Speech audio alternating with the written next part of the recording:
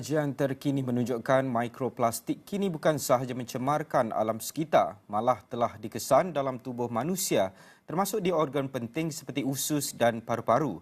Timbalan Pengarah Penyelidikan dan Jaringan Pusat Kanser Tun Abdullah Ahmad Badawi, Universiti Sains Malaysia USM, Profesor Dr. Badrul Hisham Yahya berkata, penemuan itu menimbulkan persoalan penting mengenai kesan jangka panjang terhadap kesihatan. Menurut beliau, penyelidik kini giat mengkaji sama ada kehadiran mikroplastik dalam tisu badan manusia boleh memberi kesan yang berbahaya.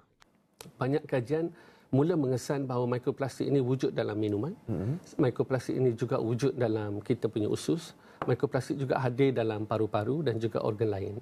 Jadi oleh kerana kita dah mula mengenal pasti bahawa mikroplastik ini wujud dalam pelbagai tisu sebenarnya. Jadi persoalannya ialah adakah mikroplastik yang wujud dalam badan kita selamat ataupun tidak. Beliau menjelaskan bahawa zarah mikroplastik tertentu berpotensi menembusi membran sel dan memasuki nukleus, sekaligus mencetuskan tindak balas keradangan dalam badan. Kajian menunjukkan bahawa mikroplastik ini juga boleh mengubah kita punya DNA ataupun berlakunya mutasi pada DNA.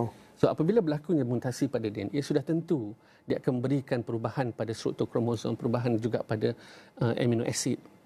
Akhirnya menghasilkan protein-protein yang lain daripada protein yang sepatutnya. Akhirnya juga memberikan kesan kepada penyakit. Dan keradangan ataupun oxidative stress ataupun mutasi ini memang kita tahu dalam kajian berkaitan dengan kanser terutamanya.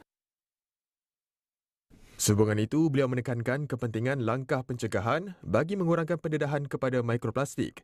Antara langkah yang disarankan termasuk mengurangkan penggunaan plastik dan mengubah gaya hidup ke arah lebih lestari. Dalam masa sama, kerajaan turut mainkan peranan melalui pelaksanaan kempen kesedaran bagi menggalakkan orang ramai mengurangkan penggunaan bahan plastik.